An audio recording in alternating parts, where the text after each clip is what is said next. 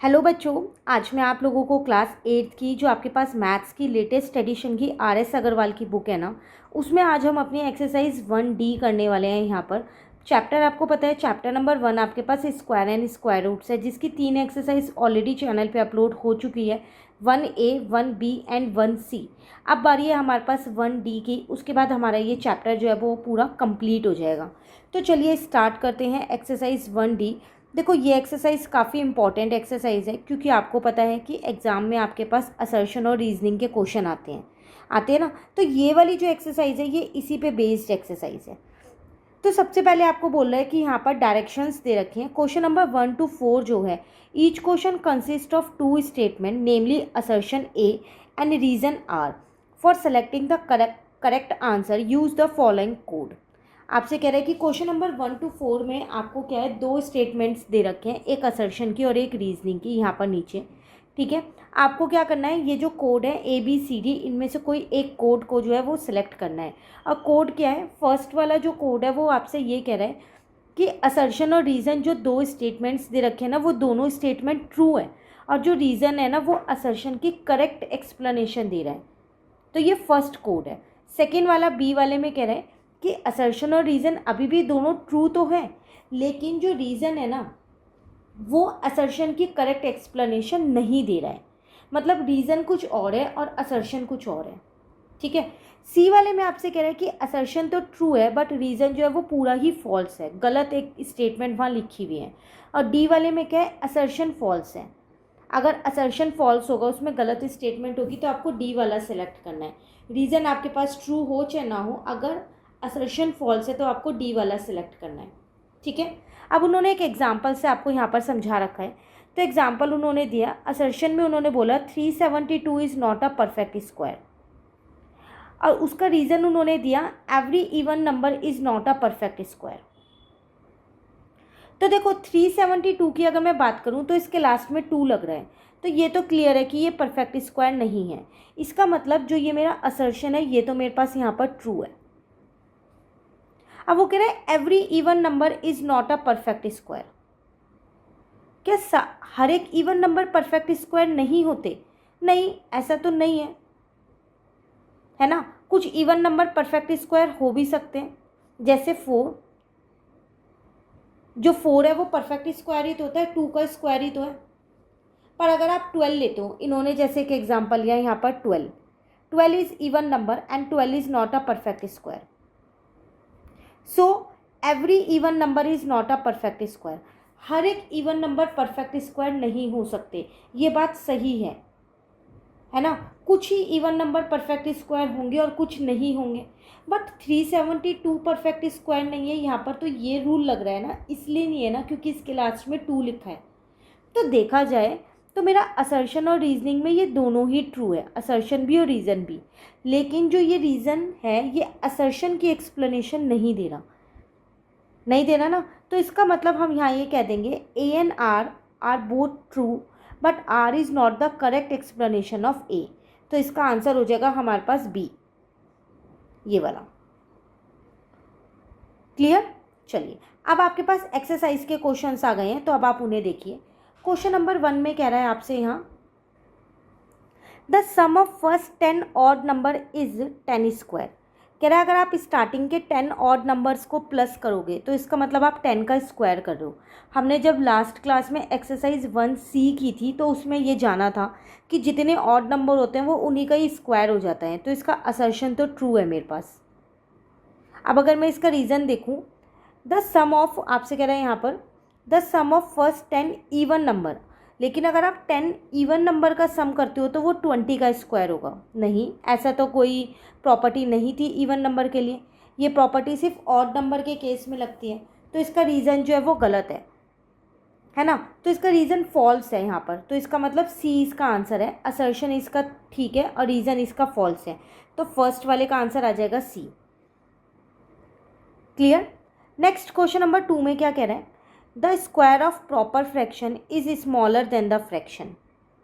कह रहा है अगर एक प्रॉपर फ्रैक्शन आप लेते हो और अगर उसका स्क्वायर करते हो तो वो फ्रैक्शन से छोटा आएगा। कैसे आएगा? प्रॉपर फ्रैक्शन का मतलब क्या होता है, डिनोमिनेटर जो है वो बड़ा है और न्यूमरेटर जो है वो छोटा है। तो आप कोई सा भी ले लो एग्जाम्पल में।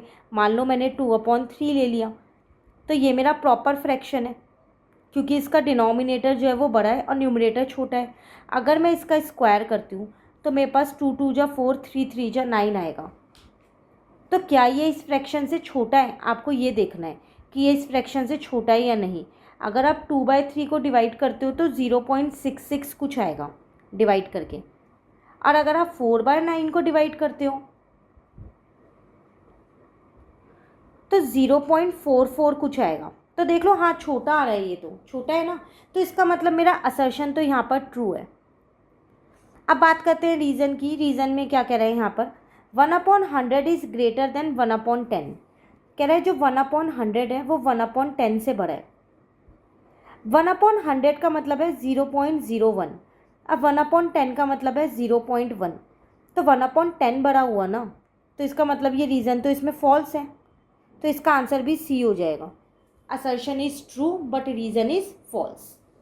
क्लियर? चलिए नेक्स्ट पे आ जाते हैं अब हम यहाँ पर। नेक्स्ट क्वेश्चन 3 में कह रहे हैं 1000 is not a perfect square. कह रहा है 1000 जो है वो परफेक्ट स्क्वायर नहीं है। बिल्कुल 1000 परफेक्ट स्क्वायर नहीं है, वो परफेक्ट क्यूब है, तो इसका रीज़न ट्रू है मेरे पास, असर्शन ट्रू है। रीज़न की बात करते हैं, a number ending with odd number of zeros is not a perfect square.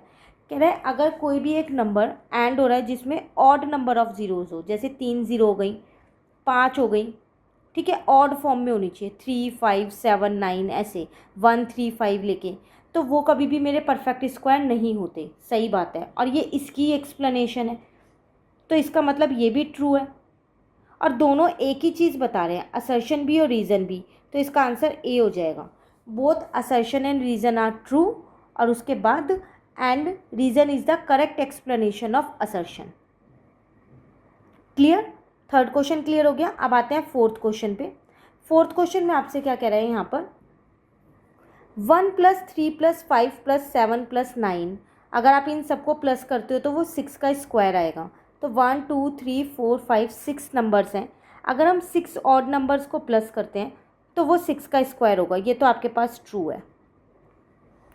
अब रीज़न चेक करो यहाँ पर, the sum of first n odd number is n square. Starting के n ऑड नंबर्स को अगर आप प्लस करते हो, फर्स्ट n ऑड नंबर्स को प्लस करते हो, तो वो n स्क्वायर के बराबर होगा। तो आपसे ऊपर भी तो यही चीज़ बोल रहा है वो, तो ये भी आपके पास ट्रू है। अगर आप n ऑड नंबर्स लोगे तो वो n का स्क्वायर होगा, 6 ऑड नंबर्स लोगे तो वो 6 का स्क्वायर होगा, 7 ऑड नंबर्स लोगे तो वो 7 का स्क्वायर होगा।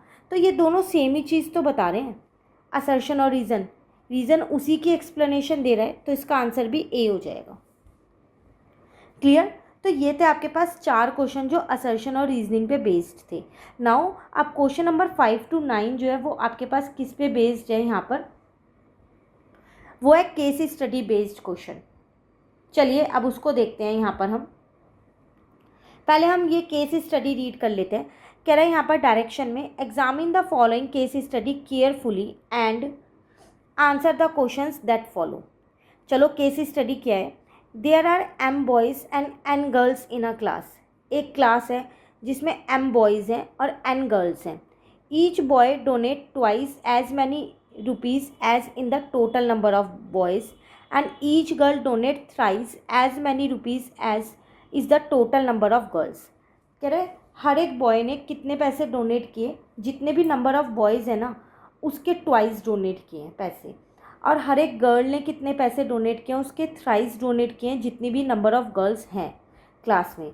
नाउ बॉयज़ का जो कलेक्शन है वो 1152 है इन ऑल, और जो गर्ल्स का कलेक्शन हुआ वो 768 हुआ। क्लियर हो गया? बॉयज़ ने टोटल कितने पैसे कलेक्ट किए, 1152, और गर्ल्स ने कितने पैसे कलेक्ट किए, 768 कलेक्ट किए। तो ये आपके पास हो गई केस स्टडी। अब इससे रिलेटेड आपसे 3 या 4 क्वेश्चंस यहाँ पूछे गए हैं। तो क्वेश्चन नंबर 5 है, what is the value of m, मतलब नंबर ऑफ़ बॉयज़ उस क्लास के अंदर कितने हैं वो आपको यहाँ पर बताने हैं। तो देखो पहले हम नंबर ऑफ़ बॉयज़ निकालेंगे कैसे। यहाँ पर हमको वो बोल रहा था कि जितने भी बॉयज़ हैं as many as rupees in the total number of boys, और उनका ट्वाइस किया था। तो मेरे पास m बॉयज़ थे, तो अगर मैं इसको यहाँ पर सॉल्व करती हूँ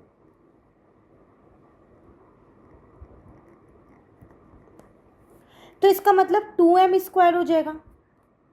पहले मैंने जो बॉयज़ थे, जितने बॉयज़ थे उन्होंने उतना तो किया ही है, m बॉयज़ थे तो हर एक बॉयज़ ने m रुपीज़ तो दिए हैं, बट उसका ट्वाइस था, तो यहाँ आ जाएगा 1152, ये इसके इक्वल हो गया। ठीक है ना। अब मैंने यहाँ m² ऐसे ही रहने दिया और 1152 के नीचे मैं 2 को ले आई, तो m² मेरे पास आ गया 576, और 576 जो है वो मेरे पास 24 का स्क्वायर होता है। इसका मतलब m की वैल्यू आ गई 24। तो उस क्लास में कितने नंबर ऑफ़ बॉयज़ हैं? 24 बॉयज़ हैं। क्लियर। अब अगले क्वेश्चन में पूछ रहा है what is the value of n। अब बताओ गर्ल्स कितनी है, तो कह रहा था हर एक गर्ल ने उतना डोनेट किया है जितनी नंबर ऑफ़ गर्ल्स हैं, बट उसका थ्राइस किया है, और वो 678 उन्होंने टोटल डोनेशन की है, तो ये 3n² हो जाएगा। और यहाँ पर 678 था, 768, सॉरी यहाँ पर तो 768 आ गया। तो अब n² इज इक्वल्स टू में 768 डिवाइडेड बाय 3। ठीक है, ये आंसर नंबर 6 है आपके पास। नाउ 768 को अगर मैं 3 से डिवाइड करती हूँ तो वो 256 आ रहा है। अब मुझे ये देखना पड़ेगा कि 256 जो है वो किसका स्क्वायर होता है, तो 16 का होता है। ठीक है ना, तो इसका मतलब n की वैल्यू 16 आ गई, तो नंबर ऑफ़ गर्ल्स जो है उस क्लास में वो कितनी है? 16 है। क्लियर हो गए 2 क्वेश्चंस। चलिए थर्ड वाले क्वेश्चन में आपसे क्या कह रहे हैं यहाँ पर, had there been m+3 boys and n-3 girls in the classroom the total amount collected would be. कह रहा है अगर m+3 बॉयज़ हुए और n-3 गर्ल्स हुई क्लासरूम के अंदर, तो बताओ टोटल कितनी अमाउंट जो है अब कलेक्ट की जाएगी दोनों का मिला के। तो देखो आपके पास 24 बॉयज़ थे और 16 गर्ल्स थी। अब यहाँ पर समझो इस क्वेश्चन को, जो आपके पास बॉयज़ थे वो थे 24, 3 बॉयज़ और आ गए, m+3 हो गया ना, तो अब टोटल बॉयज़ कितने हो गए? 24 + 3 तो 27 हो गए। तो ये कितना कंट्रीब्यूट करेंगे? 27 × 27 और इसका ट्वाइस कर देंगे, इतना ही कंट्रीब्यूट करेंगे, है ना, क्योंकि जब 24 बॉयज़ थे तो वो भी ऐसे ही कर रहे थे, जितने बॉयज़ है उतना तो कंट्रीब्यूशन है ही, और उसका ट्वाइस किया था, तो 729 इंटू में हम 2 कर देंगे, तो इनका कंट्रीब्यूशन आ जाएगा ये तो बॉयज़ का कंट्रीब्यूशन आ गया। अब गर्ल्स की मैं बात करूँ तो पहले गर्ल्स थी 16, यहाँ नाउ लिख देना, ठीक है। नाउ अब टोटल नंबर ऑफ़ गर्ल्स कितनी हो गई? 3 गर्ल्स यहाँ से चली गई क्योंकि n-3 लिखा हुआ है। Now total number of girls हो गई अब 16 - 3 13, तो ये 13 × 13 तो कंट्रीब्यूट करेंगी और इसका थ्राइज हो जाएगा, तो 13 × 13 169, इंटू में 3 करोगे 507, इतना कंट्रीब्यूशन है। तो इन दोनों का टोटल कंट्रीब्यूशन कितना है? अगर मैं इन्हें प्लस कर दूंगी तो पता चल जाएगा कि अब दोनों मिला के कितना कंट्रीब्यूट कर रहे हैं, तो 1965 इतना इनका टोटल कंट्रीब्यूशन है गर्ल्स और बॉयज़ का। अगर आप 3 बॉयज़ को प्लस कर लोगे और 3 गर्ल्स को निकाल दोगे या हटा दोगे तो आपके पास इतना कंट्रीब्यूशन आएगा। अब आप अपने ऑप्शन में देख सकते हो, ये रहा। क्लियर। चलिए नेक्स्ट में आपसे क्या कह रहा है क्वेश्चन नंबर 8 में, let p is equals to m² + n², then which of the following is true for p। कह रहा है कि मान लो जो p है वो किसके इक्वल है, यहाँ पर p वो m² + n² के इक्वल है, जिसमें m की वैल्यू मुझे पता है 24 है क्योंकि 24 बॉयज़ थे, और n की वैल्यू 26 है क्योंकि 16 है क्योंकि 16 गर्ल्स थी। तो ये आ जाएगा 756, ये आ जाएगा 256, सॉरी ये आ जाएगा 576, 24 का स्क्वायर, और 16 का स्क्वायर आ जाएगा 256। तो अगर आप इन दोनों को प्लस करते हो तो 832 आ रहा है। तो आपसे कह रहे हैं बताओ इसमें से कौन सा ट्रू है, p is a perfect square, या p + 9 is a perfect square, या फिर p + 2 is a perfect square, या फिर p - 32 is a perfect square. देखो ये देख के पता चल रहा है कि 832 मेरा परफेक्ट स्क्वायर नहीं है, तो फर्स्ट वाला ऑप्शन तो नहीं हो सकता है यहाँ पर किसी भी कंडीशन में। अब मुझे ये देखना है कि 832 के आसपास कौन सा स्क्वायर होता है। तो हमको पता है कि जो 28 का स्क्वायर होता है, 28 का जो स्क्वायर होता है वो 7 84 होता है, जो कि इससे छोटा है। और अगर मैं 29 का स्क्वायर निकालूं तो वो मेरे पास कितना होता है, वो होता है 841, जो कि इससे बड़ा है। तो इससे कितना बड़ा है ये, 9 नंबर ज़्यादा है। मतलब अगर मैं 832 में 9 को प्लस कर दूंगी तो मेरा जो ये p है ये परफेक्ट स्क्वायर बन जाएगा। तो इसका आंसर b आ जाएगा। p + 9 is a perfect square. I repeat, हमने पहले p की वैल्यू निकाल ली, हमें पता चल गया कि p परफेक्ट स्क्वायर नहीं है। अब हमें ये देखना है उसमें कौन सा नंबर प्लस करूँ, +2, +9 या -32। अगर आप इसमें से 32 माइनस करते हो तब भी ये परफेक्ट स्क्वायर नहीं होगा, क्योंकि ये 800 रह जाएगा और 800 परफेक्ट स्क्वायर नहीं होता है ना। अब अगर आप इसमें +9 करते हो तो ये 29 का स्क्वायर बन जाएगा। तो इसलिए ये हमारे पास p + 9 is a perfect square. Clear हो गया। अब 9th एक लास्ट क्वेश्चन है, इसमें आपसे यहाँ पर क्या कह रहे हैं, let q is equals to m square minus n square, then the least number to be added to q to make it a perfect square is. Again आपको यहाँ पर q बोल रहा है कि जो q है वो m square minus n square है।